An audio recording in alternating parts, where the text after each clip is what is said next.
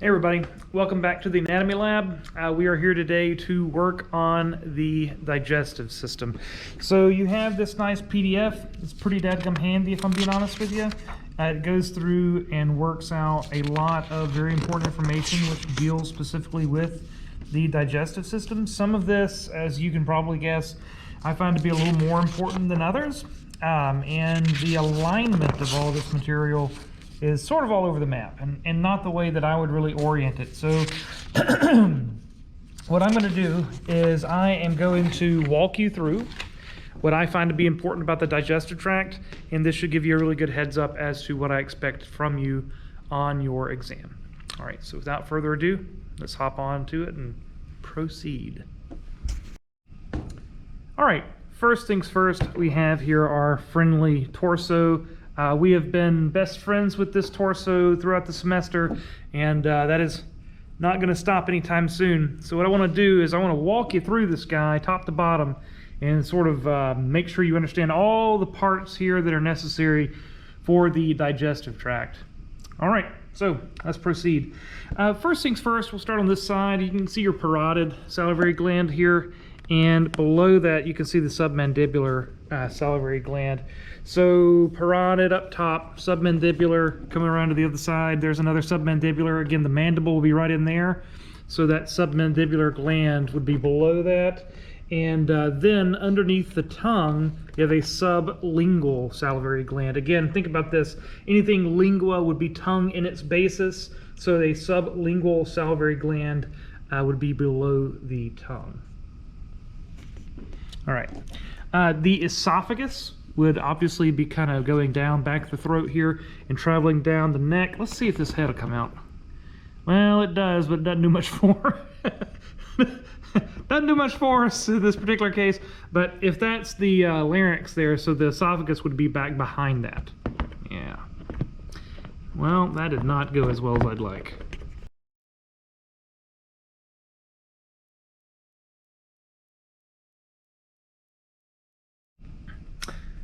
All right, on the rest of this, we've obviously got all of our respiratory and circulatory stuff up here. Here we have the liver, a right lobe and a left lobe, and then dropping things. It's got to come out anyway, I guess. Then coming down the front of this thing is what's called the falciform ligament, and then that would terminate in this thing called the ligamentum teres. It would be down here below. So you have the liver here in its lobes. If you look, you can get a nice gallbladder out of this. And the gallbladder will come over here to the stomach. You can see a nice clean stomach there. Moving down, we've got small intestines, large intestines, and greater omentum.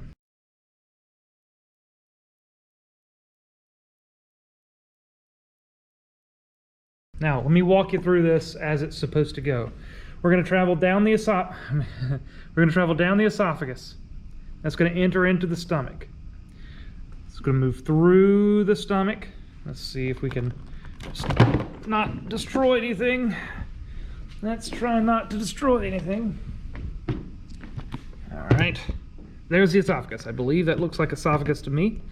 So the esophagus is going to be coming down through here. Let's pull the liver out of the way.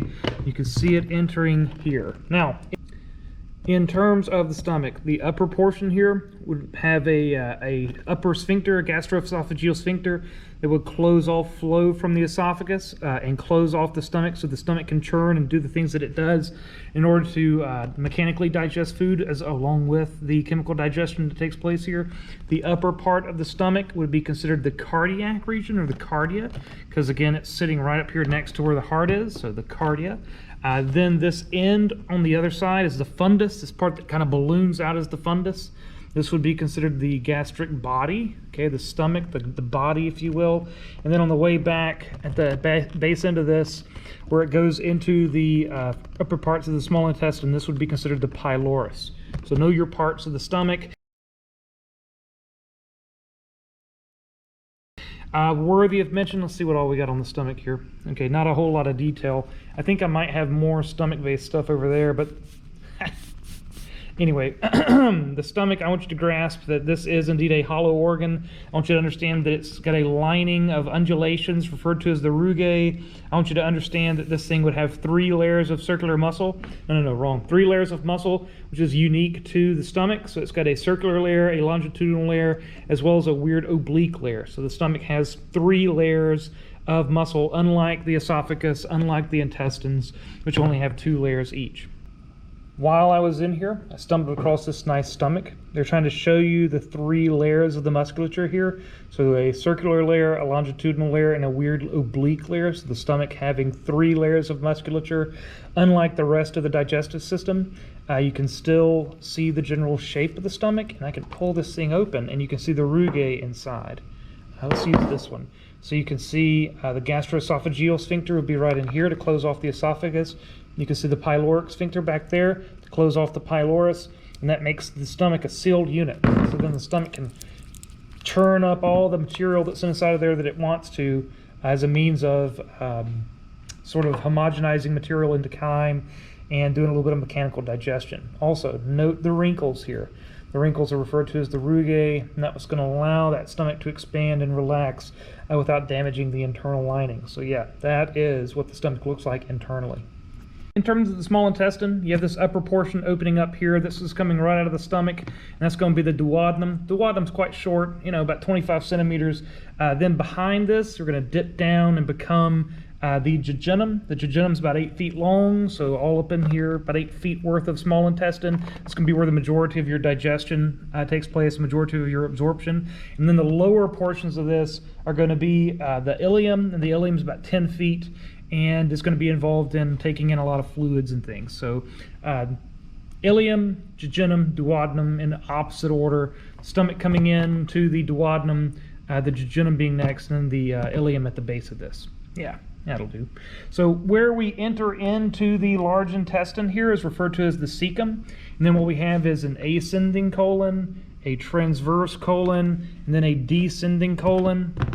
If I yank this thing out of there, you should see a sigmoid colon kind of curving around here, sigmoid colon leading down. You can see almost an S shape inside of there to the rectum and then out the anal canal. Now, worthy of note here at the cecum is you can see this appendix here. Okay, there's your vermiform appendix.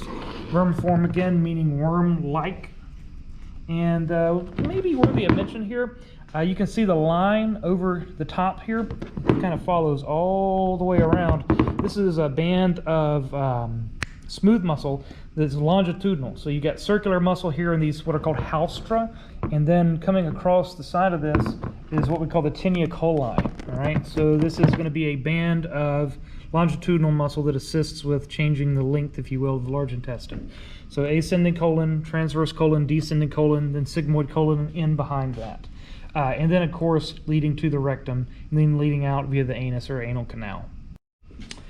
We also have this model of a sagittal section of a human here.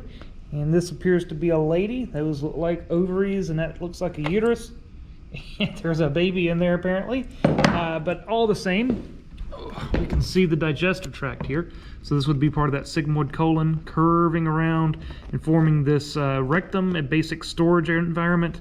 And then when feces are pushed down into the base of the rectum, that's going to activate a sensory input to the spinal cord, causing the internal anal sphincter to relax, basically giving the urge to go to the bathroom. And then there is an external anal sphincter which you actively control, as it is made out of skeletal muscle. So smooth muscle on an internal anal sphincter, and then skeletal muscle on the external anal sphincter. And that's how this is all kind of structured in there. So that is the back end of our conversation.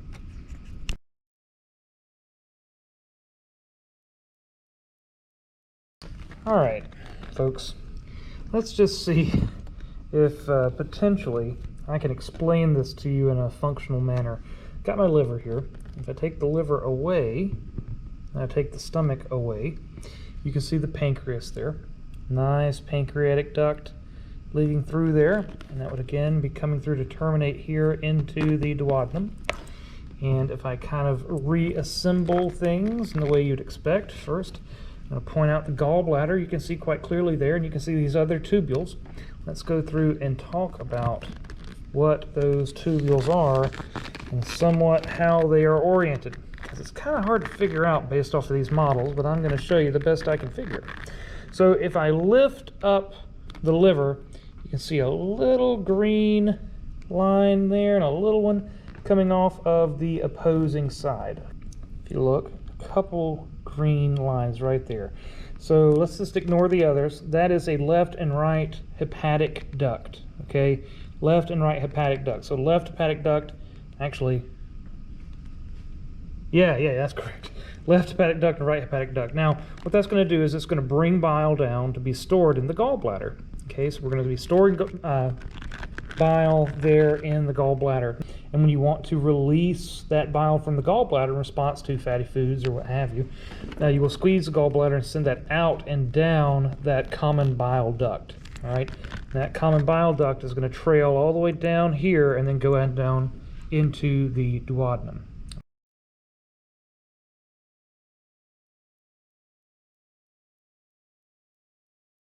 Right? So that's sort of what we're dealing with here. You don't really see it between the two, but it would be moving down and in right there, going down to the duodenum. And if you're paying attention, that's connecting in real close to the area where that pancreatic duct is located. I think I got another model of this, so let's go see.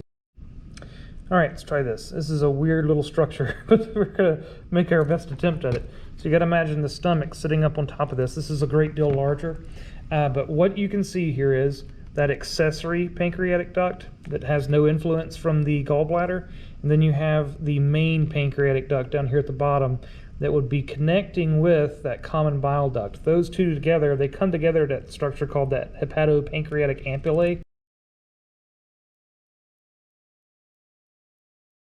And if I kind of flip this over, if you can look in there, right in there, if you can see it, right in there. It's that little opening. That will be the opening from that hepatopancreatic ampullae. So we can see our cut coming through it, and it branches, accessory, main, bile duct coming in, forming that hepatopancreatic ampullae, opening into the duodenum, right there. So that's what this thing looks like. By the way, pancreatic tissue is kind of weird. It's a very loose texture. It's quite gushy. It feels a lot like, I'm sure I've probably used this as an example in class, but it's like cottage cheese. It's like a loose assemblage of cottage cheese. You can just gush it between your fingers without a whole lot of effort. But that's the way this is structured. So I expect you to know these parts. Yeah, that'll work. All right, look at this. I've also stumbled across a nice incisor tooth model, which is not the worst thing I've ever seen in my life. On this, whoa, look at this, it's got even some labels on there. That's pretty nice. So you can indeed see the crown. They have neck here. I've always heard this called a alveolar margin or a cervical line, but that's all the same. So crown with a lot of enamel, the white stuff on your teeth, that is indeed enamel. And then the lower portions are mostly what we call dentin, but you can really see this on the inside if I can crack the sucker open. Provided I can get it to open up. Yeah, there we go. So you can see the dentin tubules here on the inside. This is acting like bone for the most part. It is not bone. It actually lacks osteoblasts, so if you crack a tooth, it can't heal. But all the same, you can see the enamel on the top surface.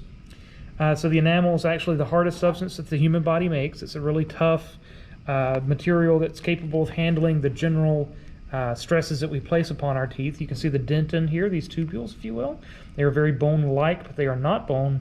And then the core of this is going to be considered the pulp, or a pulp cavity itself. And then you can follow that down, literally what's referred to as a root canal, down to the root, where arteries and veins are going to be entering and exiting from that tooth to keep the interior structures alive. So the tooth is living, indeed. Can't heal, but it is living. So crown and root, and dentin and enamel. Yeah, that's a good way to look at it. Not bad at all. All right, there's also this poster here, which is pretty dadgum helpful when it comes to your teeth. So yet again, you have the enamel at the top, the dentin tubules as you run down through. You can see the pulp inside of here, and the root canals and all that fun stuff. But what makes this interesting from my perspective is that You can see the cementum margin here, where you have a material that helps hold the tooth in the gomphosis joint here. Also in this, you can see these little lines here. I assume these are trying to be periodontal ligaments. Let's see if we've got a breakdown someplace on here. I don't think we do, but either way, those are definitely supposed to be periodontal ligaments. So your teeth are held in this gomphosis-based joint by these little bitty ligaments that help hold them in, and then this cementum, probably what they're trying to show you here with the blue line, that is going to help hold the tooth in place. Yeah, that looks good. I like it. I think that's a nice way of demonstrating to you how the teeth are held in very tightly. So if you have braces or something like that, what it's going to do is it's going to really tweak on that tooth and change these ligaments up a little bit. And then you can wear a brace to hold the teeth in place, and the ligaments will augment based off of that. Now, interestingly, down here at the bottom, you can see a breakdown of tooth decay. You can see, I hope the camera focuses well, where there's been bacteria working their way down into the tooth. I think I talked at length about this in your lecture portion. So what we have is bacteria would build up in here. They would release acids that would degrade the mineralization of the tooth, and then slowly work their way in through the dentin and into the pulp. And this is, you're going to start having sensitivity and nerve pain, and it's going to start to hurt. Yeah, man, classic tooth decay. So what we do is we come in here and we weed out all the decaying material and then seal it with a cap. Or rather a filling, if you will, a filling of amalgam, a metal filling, and that'll prevent material from getting in there. And the metal, I think, is antibacterial, so that'll help too. Yeah, so that's why we brush our teeth.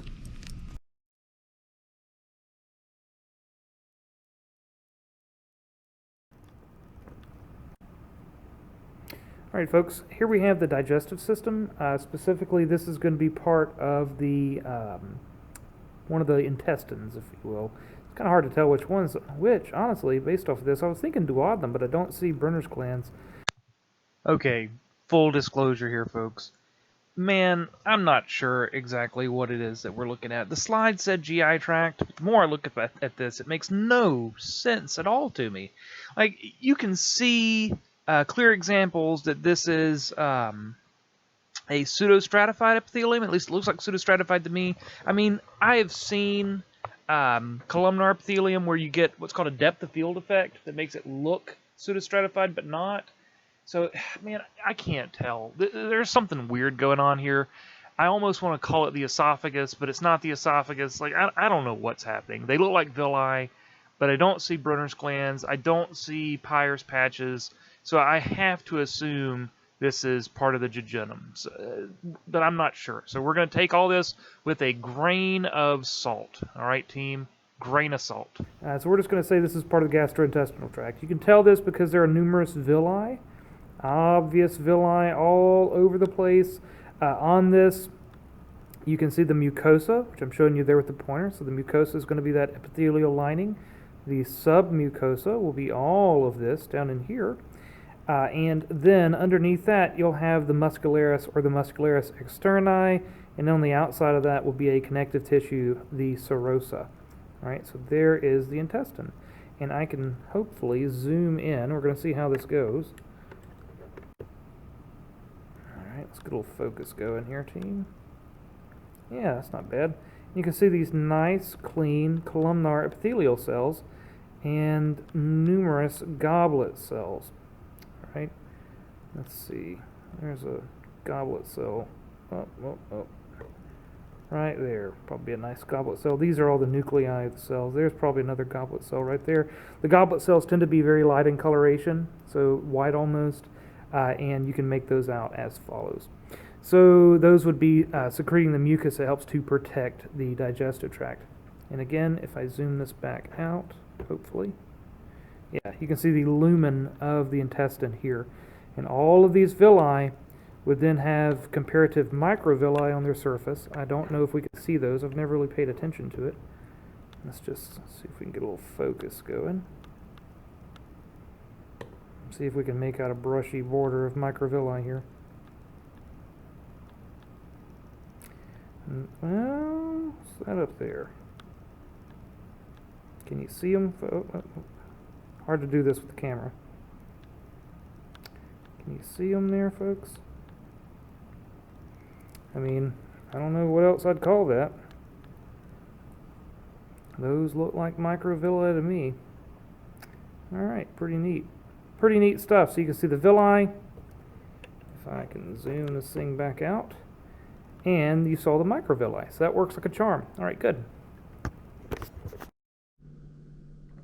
And just to include this along with what else we're doing here, I wanted to show you just a quick breakdown of what the small intestine looks like internally. You know about these villi at this stage. You know about the microvilli at this stage. You understand that what we're trying to do here is increase the amount of surface area available for absorption. And I hope that you grasp that these villi are going to be packed with arteries, or I should say capillary beds, if you will. And then in the core of this, you will find a lacteal that's going to assist in lipid absorption. So we have bile. The bile emulsifies the fats. It sort of dissolves it in a manner that allows the fats to be taken up by the rest of the system. And then the fats themselves are going to be taken up by those lacteals. What we have here is another intestinal slide. And I don't know why it's looking so yellow here. I don't know if I can turn the brightness up a little. Yeah, that's a little better. Nice blue color. This is definitely large intestine. And one of the real ways you can tell this is, and again, you got your mucosa, submucosa, muscularis. But one of the ways that you can really tell that this is large intestine is when you zoom in on the lining. Let's see if I can find a nice spot to do this. Hang on. Away we go. Start zooming in. And you can see the cells in there. And I zoom in again. And there we have our columnar epithelium, simple columnar. But all these little white spots, like where the pointer is right now, all those little white spots all over the place, those are goblet cells. And the goblet cells like there, and all these, see all these goblet cells, these big white cells in with the columnar? Those, by being in such a high number, that tells us that we're in the large intestine. So that's one of the key characteristics. Kind of a neat thing. All right, good. All right, here we have a nice pancreas. Now, what I want you to notice is that you can see a lot of different color variants. Like there's a light area here, and this area is kind of darker. So what I can do is I can zoom in, and you can really see a light spot there, a light spot there, light spot there, and then all this other stuff, okay? The light spots, let's see if I can get this in a better spot. There we go. The light spots are the islets of Langerhans. I think our focus is doing okay. And the islets of Langerhans are endocrine function, so they're going to be secreting insulin into your bloodstream to deal with glucose levels. Whereas the rest of this stuff, everything else, if it's not an islet of Langerhans, it's going to be exocrine. It's going to be an Asner cell. So these are all Asner cells. All this, these are pancreatic islets, these are Asner cells. And the Asner cells are going to be secreting pancreatic juice that's going to be utilized by your digestive tract. All right, so that is a pancreatic slide. It's pretty simple stuff. You can see islets of Langerhans versus Asner cells quite clearly. So that's what the pancreas looks like under magnification.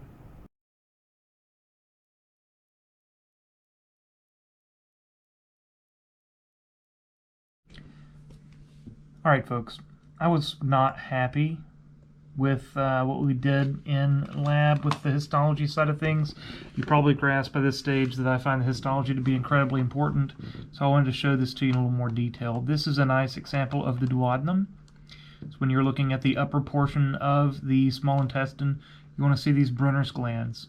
All right, all these Brunner's glands down here below the villi, you want to see the Brunner's glands. Those Brunner's glands are very important for releasing bicarb that's going to assist in neutralizing the pH of the chyme coming out of the stomach. Next is the jejunum. And in the jejunum, what you want to see is all these huge villi. Right? All these villi, nice, clean villus. You want to see those in the jejunum with no Brunner's glands, much smaller on the outside surface here. And then in the ileum, what you want to see are these Peyer's patches.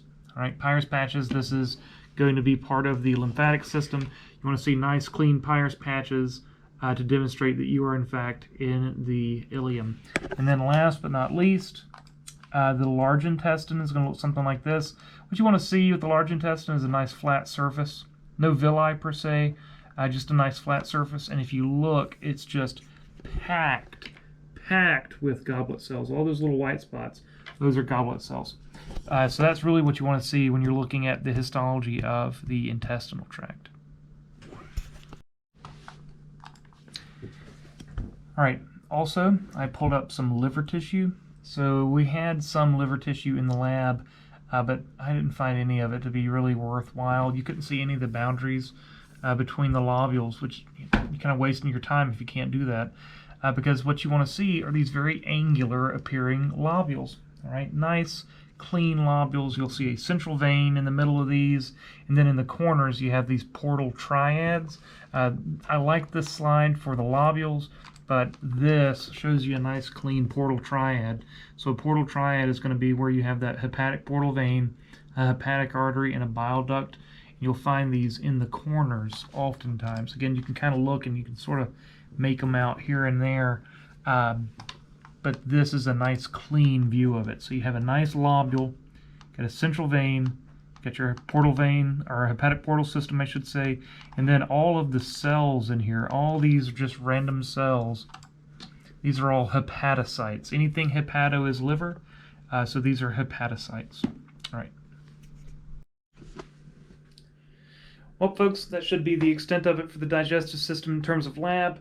I will have said everything in this video that's going to be meaningful for your exam, so there should be no surprises when it comes to the digestive system and the test that is upcoming. All right, thank you so much. Have a great day, and good luck. Bye-bye.